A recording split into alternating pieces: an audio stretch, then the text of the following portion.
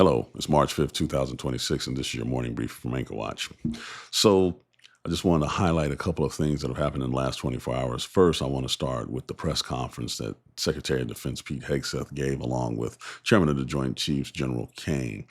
Um, the fact that the press brought up and asked about the six killed in action soldiers that have occurred in this war, and Hegseth's reaction was basically public relations based, saying that the media only wanted to bring it up because it made Donald Trump look bad, was absolutely disgusting.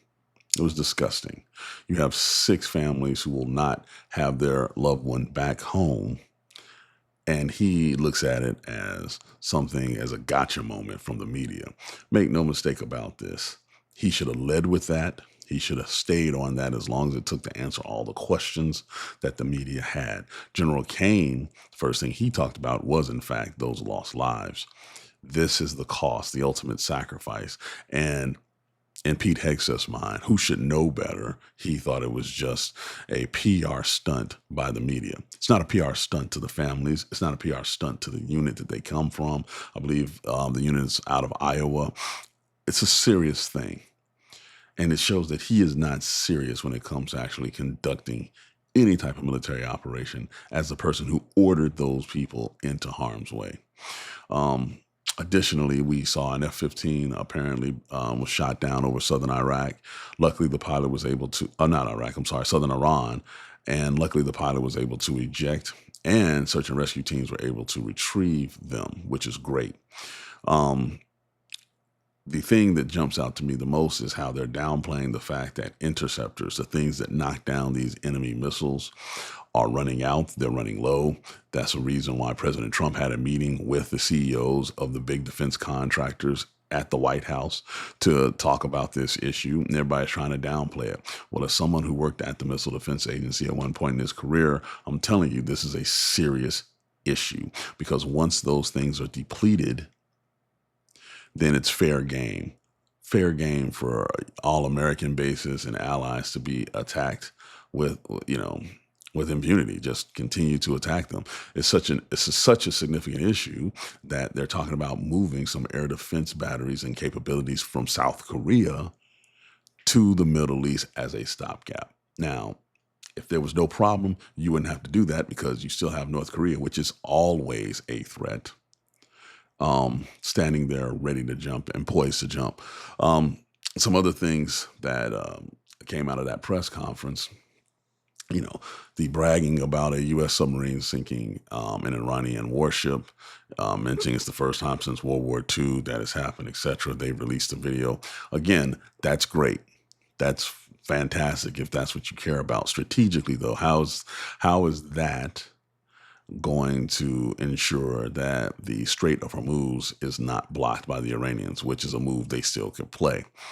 All of the things that they're highlighting is the oohs and the ahs of American military might, but nowhere have they talked about the long-term strategy. Again, they cannot tell you what the objectives are. Again, they cannot tell you what success looks like, what is the desired end state. Now, I guess it's just to make sure that Iran does not have ballistic missiles.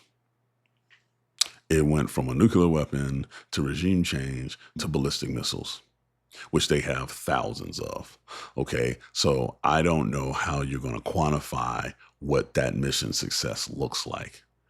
I really don't. And meanwhile, while all that's going on, counter narcotic or narco terrorist operations are happening in Ecuador with American boots on the ground in Latin America. Not getting nearly as much press, but it's happening. That's also to coincide with boots on the ground in Nigeria.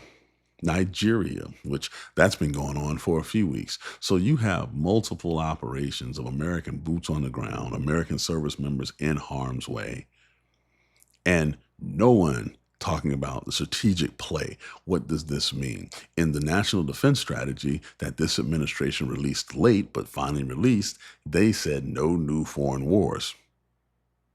No new foreign wars. And yet here we're seeing interventionism all over the world.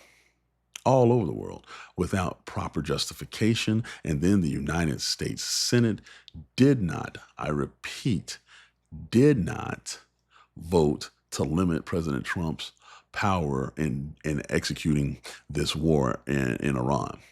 That right down partisan party lines.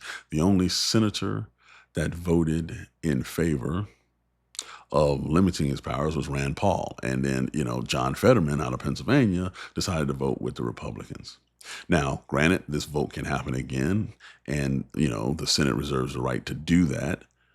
But the fact that this happened and no one seems to think it's a big deal, and everybody is saying this is an unpopular, unjustified, unasked for war, tells you to disconnect once again between Congress and the people.